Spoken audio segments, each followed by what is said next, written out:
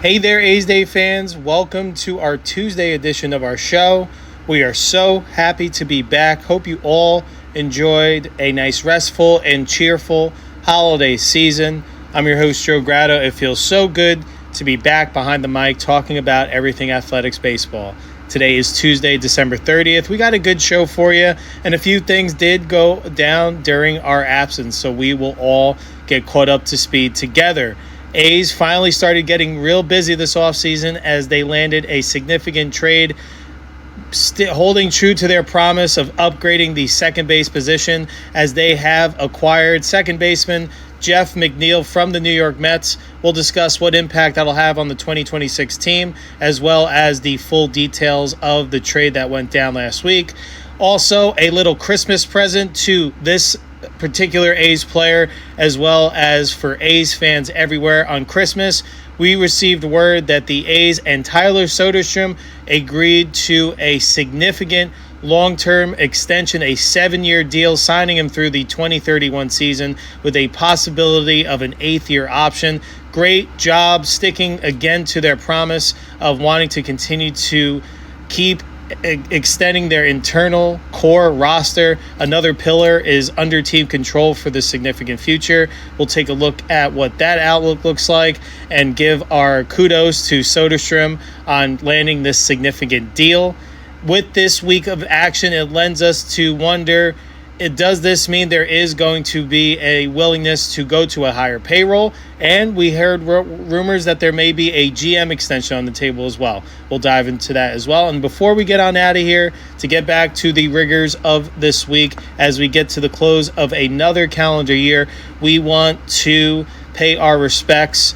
As we learned, unfortunately, this past Sunday, longtime A's scout Will Schock unfortunately passed away. We're going to honor his memory by telling his story, what he meant to the A's organization and community, and pay our respects. Holy Toledo, let's go A's.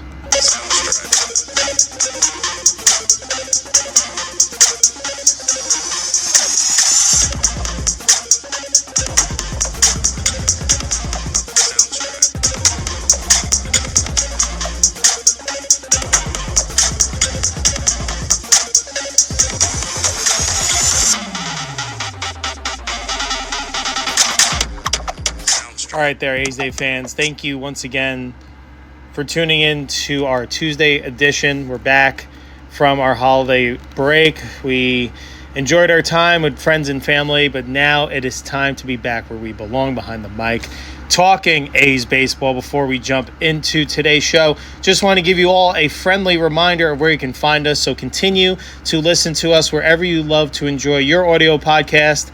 A's Day is going to be there, whether that's Apple Podcast, Amazon Music, Spotify Music, iHeartRadio, wherever, we're going to be there. You'll see the green logo just like you see behind me if you are watching this. Speaking of, check out our YouTube channel. We have video editions of these podcast episodes, as well as player interviews like we just posted last week, and want to give a shout out. Thank you again to Michael Stefanik for his time. That was a lovely interview, getting to know who he is as a person and a player, and what he is going to be planning on bringing to the A's in 2026. If you haven't given that a watch or a listen, be sure to check out our YouTube channel for that as well. In addition, check out our social media channels where we continue to create content, as well as you can follow along our schedule of when our podcast content is released. Check us out on Instagram at A's Day Baseball Podcast, on X, formerly known as Twitter, at A's Day Baseball. And be sure to, once again, check out that YouTube channel. And also, to become an official subscriber of our podcast, check us out on our Patreon site, patreon.com/A's Day. For just $2 a month, you'll be entered to win monthly A's Day t-shirts, giveaways, A's autographed memorabilia, future A's game tickets, and so much more, as we are able to grow this platform collaboratively. Okay, let's start with our first topic of discussion. This happened last week as the A's completed a trade with the New York Mets. The Mets have traded outfielder Jeff McNeil to the A's, along with cash considerations, which we will get into. In exchange, the Mets will be receiving Yordan Rodriguez. The A's, in conjunction with this move, designated left-handed pitcher Ken Waldichuk to open up a spot on the 40-man roster for McNeil.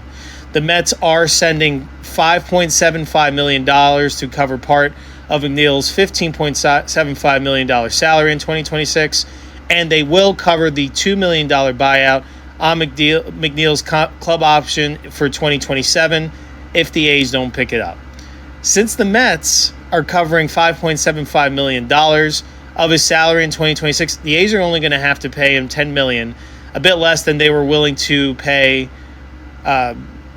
Ha-Seong Kim annually. Remember, they offered him a 4-year, $48 million deal that he rejected before signing the 1-year, $20 million deal with the Braves. So, in fact, the A's here get a player, I think, of similar ability, where, in fact, I think McNeil maybe offers a little bit more offensively, where Kim may be a little bit better defensively. But nevertheless, I do think anywhere that the A's are looking to add quality players and be able to save some finances along the way, I think that's a win-win for the people that are making these decisions. This is a sign that the Mets are completely revamping who they were from 2025, as they have now parted with Brandon Nimmo via trade. Pete Alonso's now with the Orioles, Edwin Diaz is with the Dodgers, and now this trade with McNeil being the most likely going to be the everyday second baseman for the A's. It does seem to be the dawning of a new day over there. Just to get a little bit about McNeil a bit better, he debuted in the big leagues back in 2018 and played in 8 different seasons as a New York Met. Through the 2022 season, McNeil had appeared in 516 games, stepping to the plate 2,039 times. He established himself as one of the hitters most likely to put the ball in play. His 6.8% walk rate left much to be desired, but his strikeout rate was a bit lower than average at 11.9. He did show a bit of pop with the 46 home runs over that stretch. However, those numbers can be a little bit contorted, as 2019 is known as the juiced ball season. He did pop 23 of those during that year. But putting that all together over that stretch, heading into 2021, he had a slash line of 307, a 370 on base, and a 458 slug with a 130 WRC plus over those 5 seasons, indicating that he had been better than 30% than league average in terms of offensive production. In addition to what he could provide at the dish, he could also swipe a few bags, and he provided the Mets with a good amount of defensive versatility. He spent most of his time in New York at second base, but he also appeared at third base and both outfield corner positions as well, generally getting good glove work and footwork at each of those positions. Going into the 2023 season, the Mets assigned him to a 4-year, $50 million contract extension just ahead of his age 31 season. That deal, while it hasn't been the absolute worst, McNeil's production has seen noticeable decline since. Up until he signed that contract, he had a .332 batting average on balls in play. That's roughly 40 points better than typical league average. But in the past 3 seasons, his BABIP has been just .269, which has led to a .253 batting average, a .326 on base, and a .389 line and 102 WRC plus since then. However, due to his glove work, he's still been worth about 2 WAR per year over the course of his extension so far. The trade possibility here was also complicated a bit by the fact that McNeil's health was a question throughout the 2025 season, including at the end of the 2025 campaign, where he underwent a thoracic outlet procedure. His agent did make sure to characterize it as minor, and that the expectation is that Jeff is going to be ready to go for full normal activities at the start of spring training. So the procedure here, based on those findings, and I guess the research that they have done, didn't scare off the A's on wanting to get this trade done. They've been looking for upgrades at either the second base or third base position. They choose second base in this situation. They missed out on Kim, but I do think at the end of the day, they may be getting a little bit more of a well-rounded player in McNeil, even at this stage of his career. He is going to wear the number 6 during his time with the A's, at least for the 2026 season. Just so you are aware where he's out in the field if you're looking for his jersey number. He does present a sizable upgrade for the A's, even if he is in the midst of a little bit of a decline of his personal career. Second baseman for the A's during the 2025 season combined for a negative 1.6 wins above replacement 2025. even in somewhat of a down year for McNeil, he still batted .243 with a .746 OPS and 12 home runs and 54 RBIs in 122 games, which was still good for a 2-point F-WAR due to his defensive prowess. So this is definitely going to provide a boost for the A's in 2026 and 2027 too as well. I love this trade. Just to give some thoughts, wanted to get to know who he is a little bit better if you weren't familiar with him. I know he has played in one of the bigger markets for the parts of the last 8 seasons, but he does seem like he is someone that has been perhaps overlooked a bit just because of some of the stars that they have on that franchise, like Juan Soto and Francisco Lindor. But I think, especially over his first 5 seasons, he was really emerging as one of the best hitters in the National League, if not in all of baseball. Just a high-contact, lower strikeout type guy. He's got a little bit of pop, but that's not the main element of his game. The main theme that I've been watching some at-bats, and I'm pretty familiar from watching some Met games over the years, that McNeil is a tough at-bat. He reminds me of a left-handed Jacob Wilson. And I think he strikes out a little bit more than Wilson does, but he is that type of hitter. That he's going to make life absolutely difficult for the opposing pitcher. Even if the outcome isn't a base hit, a walk, anything positive in terms of that way, there is going to be positivity that comes out of at-bats that may end in a strikeout or a regular putout. Adding pitches to a pitcher's pitch count adds stress. Inning to inning, even batter to batter. And it allows the batter on deck to see more of the pitcher's repertoire, to have a better understanding of what kind of plan of attack that the hitter next to him, when they pass that baton, is going to be able to bring to the plate to have an overall positive at-bat. So I think this is going to be great. And I'm not going to jump too far ahead of myself. We'll do lineup projections once we get a little bit closer to the tail end of this offseason. But I also do believe that the A's may have found a true leadoff hitter. Now, I do know they have a couple of internal candidates where they trotted out Lawrence Butler a lot in 2025 at the leadoff position, and they had Jacob Wilson lead off at times. And I would say those would probably be your 2 strongest candidates at the leadoff position, even to Nick Kurtz, because they love his walk rate. So, and you want to get one of your better hitters, one of the best hitters, as many at-bats as possible. Totally get all of that. But I think what McNeil does allows your lineup to get a little bit more versatile. I would love Jeff McNeil to be your true leadoff hitter that sets that aggressive tone, that they are going to grind. This lineup as a whole is going to grind the opposing pitchers into submission, getting into that bullpen early, especially if he can do that in game 1 of a series. That could really bring a team to its knees. And I think that needs to be the focus for this lineup, that now with the addition of McNeil, this was already a top 10 offense last year. Now I think this even adds another layer. And I love what this does. You could put McNeil at 2. You can put him in the 5 hole. Totally get that. But there's even 6.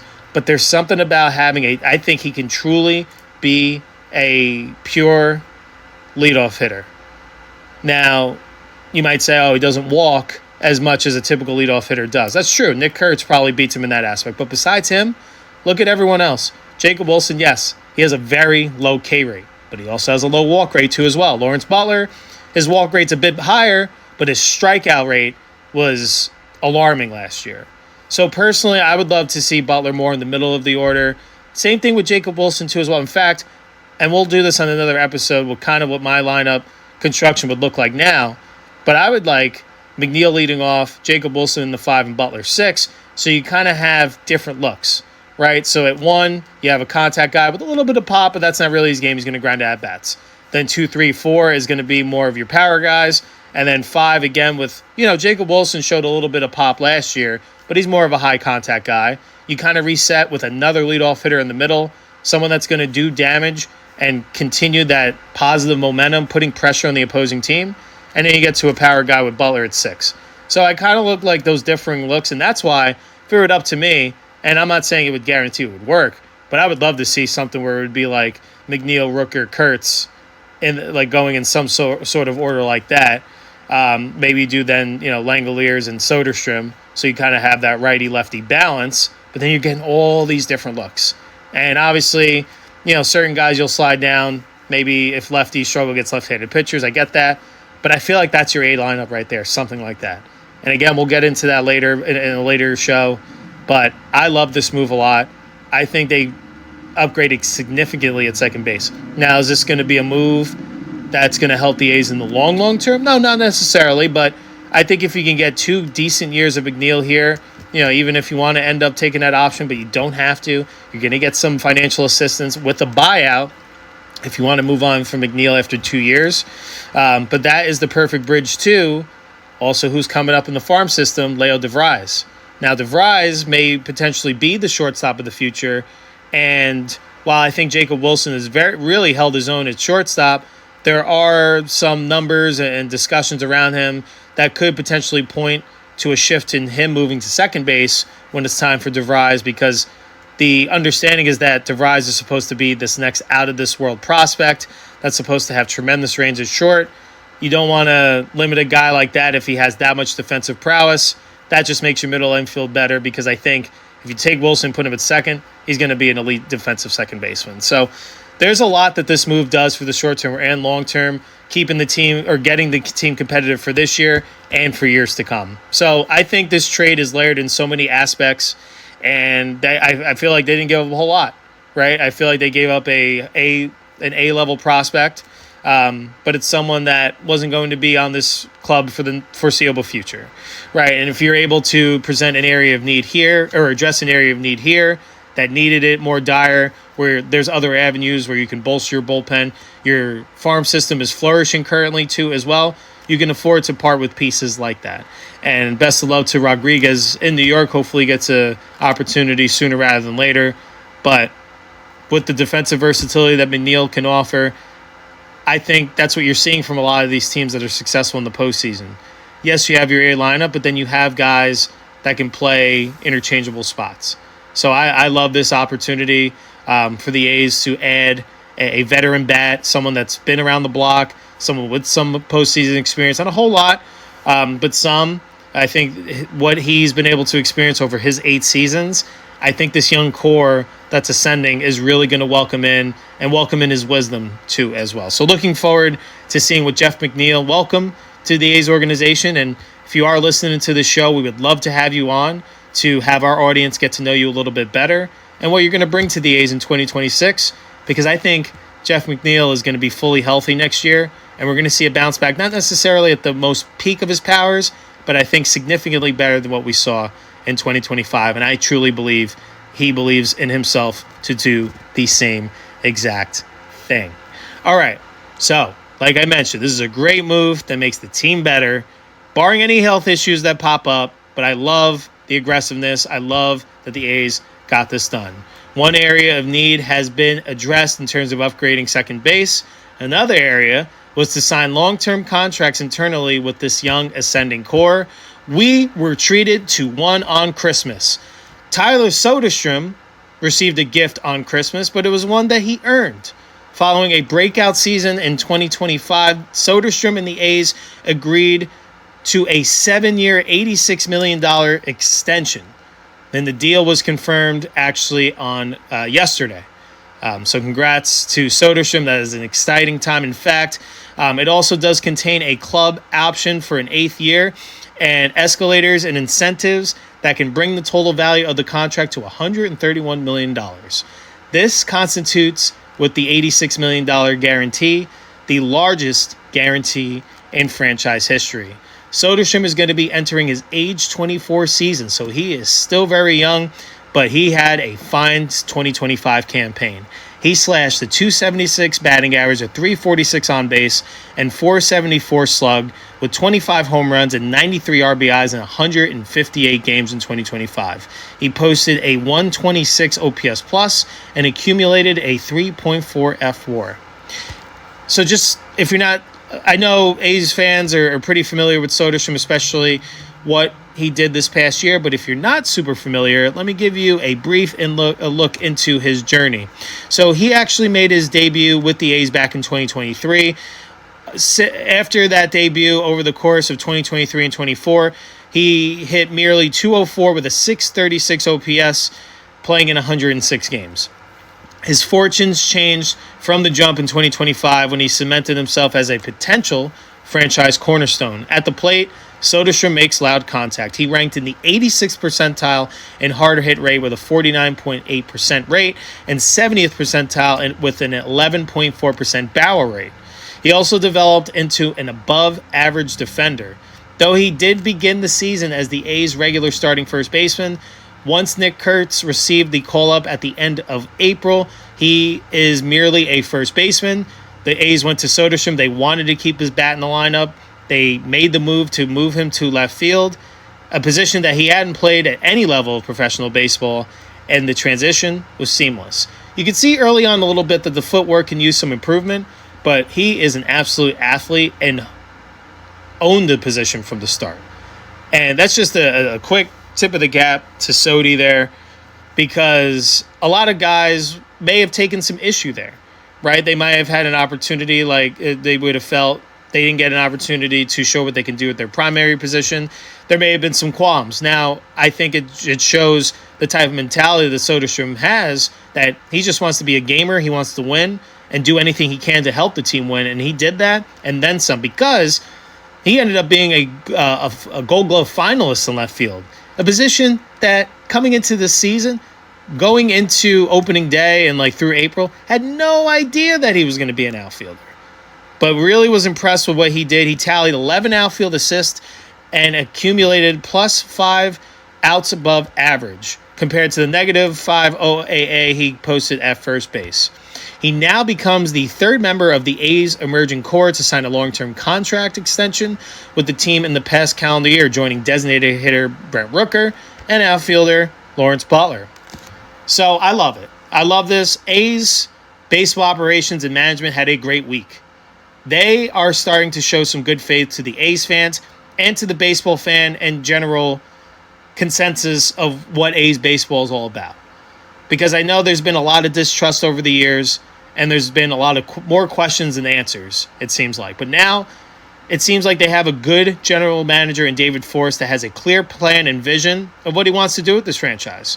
And since he's taken over, all this team has done is won more games each year. And I love this because they said while during the winter meetings week they were rather quiet.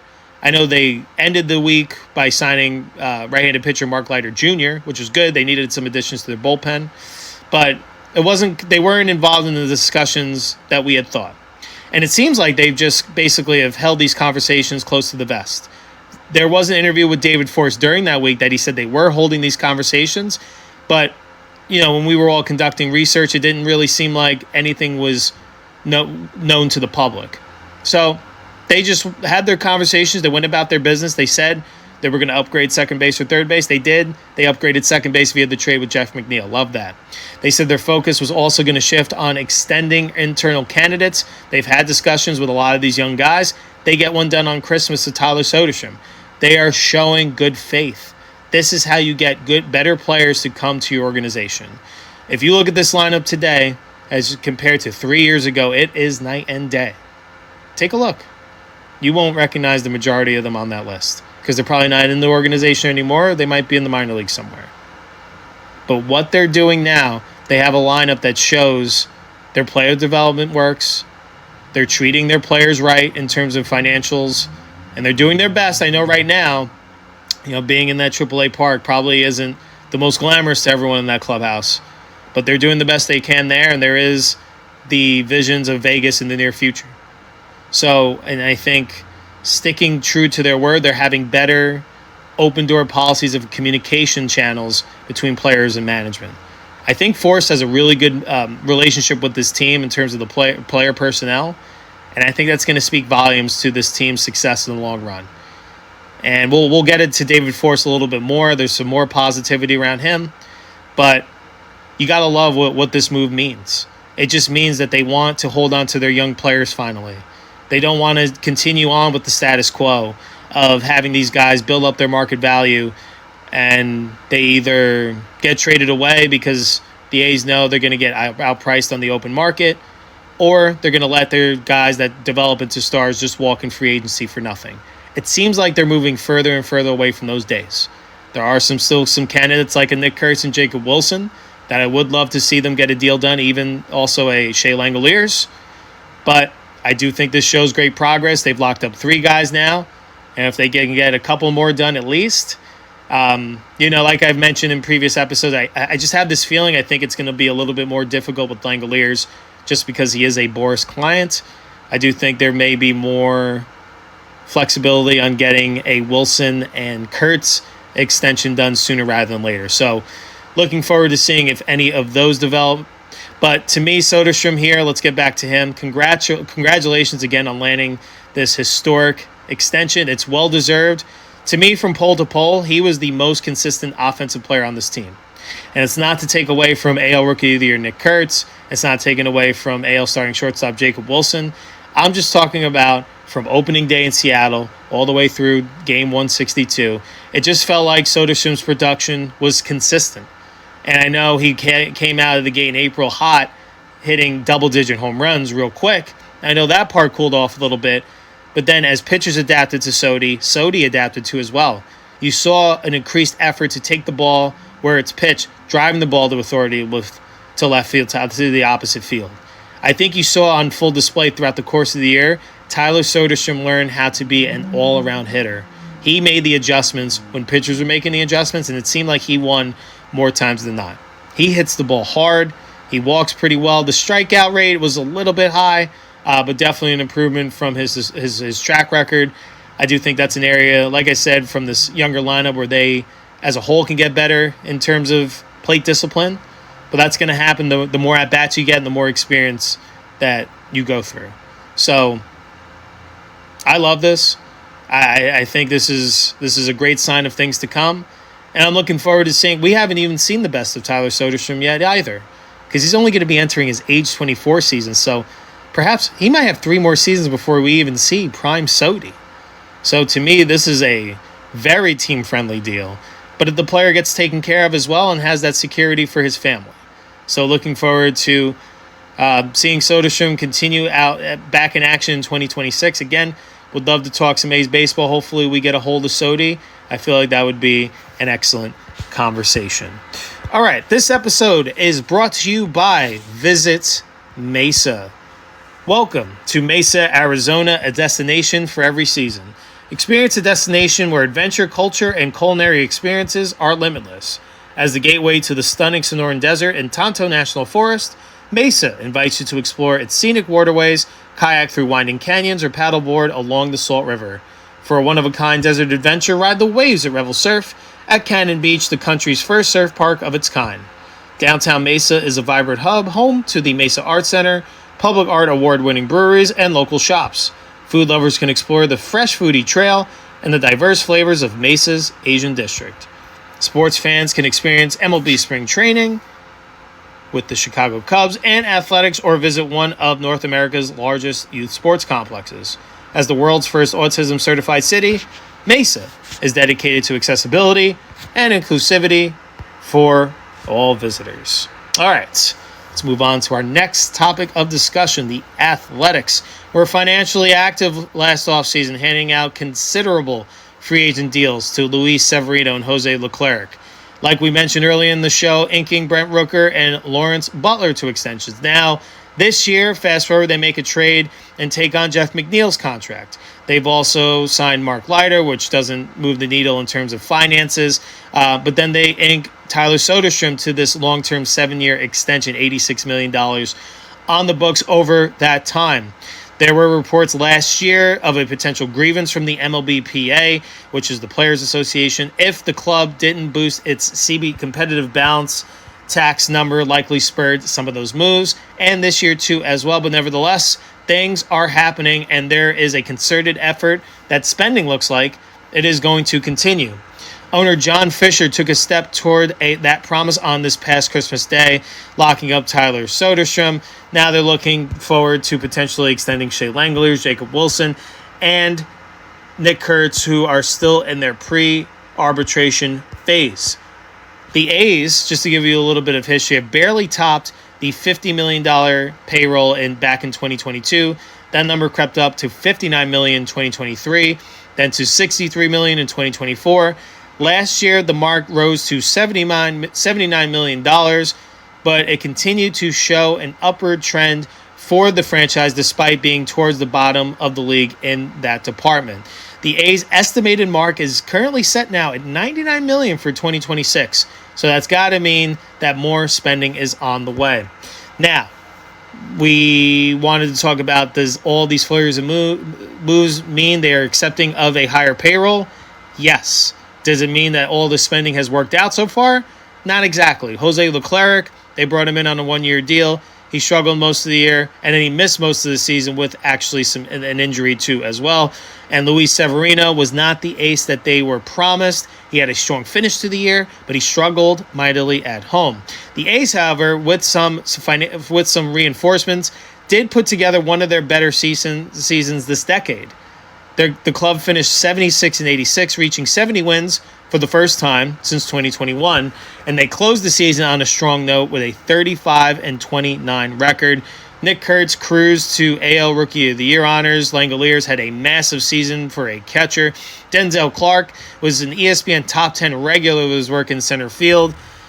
Fisher was quoted as saying it was everything that we could have hoped it would be and more. Now, I wouldn't necessarily want to have that quote out there because if your highest expectation is still being 10 games under, I don't think that's a championship mentality. But I understand if you are focused on the rebuild portion of this process, then yes, it was a success in that department. I might have worded that a little bit differently, but nevertheless, the A's seem to be moving in the right direction. The current architect of the roster is none other than General Manager David Forst. And this is a quote from Fisher as well. He's really proud of the work that he's done and how we will work together. And we're continuing to have conversations about the future, and those conversations are ongoing. So Forst's previous contract ended at the conclusion of the 2025 campaign. Shortly after the season, there were reports that came out that there was a most likely reunion in the works for 2026. Details of a new deal weren't made available at the time. Fisher's comments suggest that an extension talks are ongoing, and it would make a lot of sense. Forst has been with the organization for 25 years. He first came on as a scout in 2000. He ended up working up his way up the baseball operations chain, becoming the GM in 2022, with legendary executive Billy Beane serving in an advisory role. He has had to navigate an extended rebuild, a city change, and home games in a minor league stadium. Despite the challenges, Forst seems to have the team moving in the right direction. These recent extensions and general willingness toward increased spending should give the club a shot to reach the postseason for the first time since the shortened 2020 season. So there's a lot to like here, right? Again, there's been a lot of negativity surrounding this franchise from quite some time, like we've even mentioned in this show. Just a couple seconds ago, the city change that the A's have had to, and the fan base has had to go through. Having to play their home games for these 3 seasons in a minor league stadium. You're going to have a less draw of a crowd. You may not be able to even draw in as high level of free agents as you would like, because that does matter to some players. But now, like I mentioned at the top of the show, I think you have the right man in charge in terms of architecting or creating this model of the A's, this era of A's baseball. You can see since Forst has taken over, this team has won more games every year. This past year was the first time they won 70 games or more in 4 years. And you can see they've done it through their farm system. Look at these young hitters that are up succeeding at the major league level. They're bringing in the right veterans. And now they're at a certain level of the rebuild that they're now opening up their lanes a little bit more. They can sense this team could be a contender for the postseason. If you add the right marks, I think these moves show that they're close. And I think now you're seeing that trickle down from the baseball operations. That's going to trickle down into the clubhouse in a positive way. This team went 35-29 down the stretch to finish the campaign. And now you're in the midst of making this team better. What's not to like here? Absolutely extend David Forst. Absolutely. You want to keep extending these internal candidates? They seem to have a great communicative relationship with this general manager. You want all this to work right? Extend him too. I want Forst here for the foreseeable future. Hopefully things don't change in terms of his vision with where they're at right now. and landing this trade,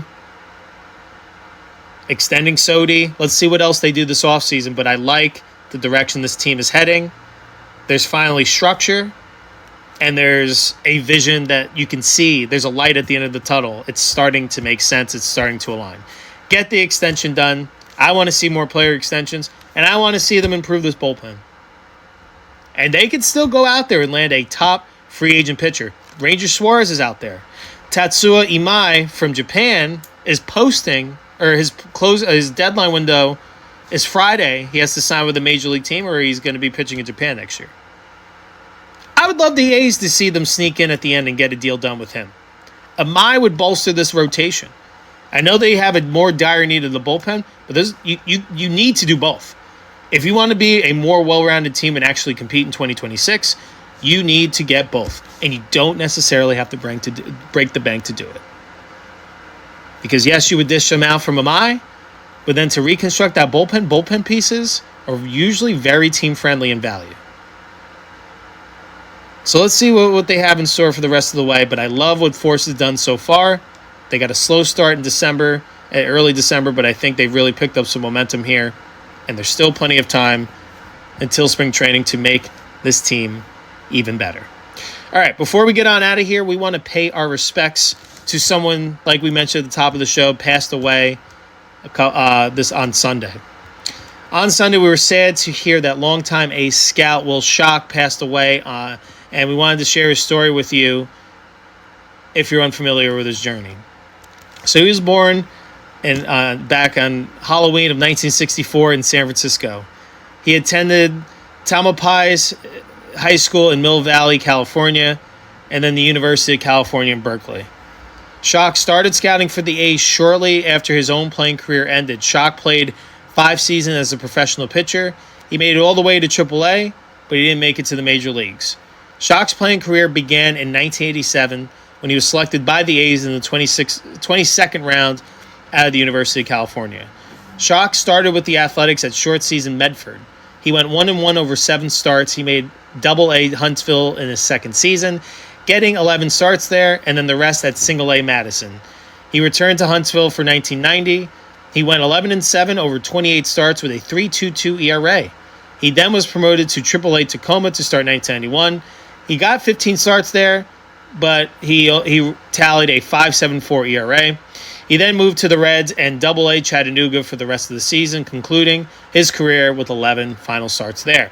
Schock, as soon as his playing career was done, turned to a scouting job with the A's, which he did for over 30 years. In 2016, he made his home area Marin's Athletic Hall of Fame, and he was a scout with the A's through this past 2025 season. Here's a statement from A's General Manager David Forst on the passing of longtime scout Will Schock. Will was a beloved part of the A's organization for the better part of the last 4 decades. After being drafted by and pitching for the A's for 5 years, he dedicated his life to scouting and made a lasting impact on both our amateur and pro staffs. His easygoing nature always made him a joy to be around, and his passion for the game and its players made every conversation with him an opportunity to learn from his years in the game. We were lucky to have him as a teammate and friend. Our thoughts are with him, with his family today, particularly his mother, Truby, his sister-in-law, Janine, and his longtime partner, Mary Coons. So, just wanted to share that before we get out of here. Just want to give Mr. Schock a moment of silence.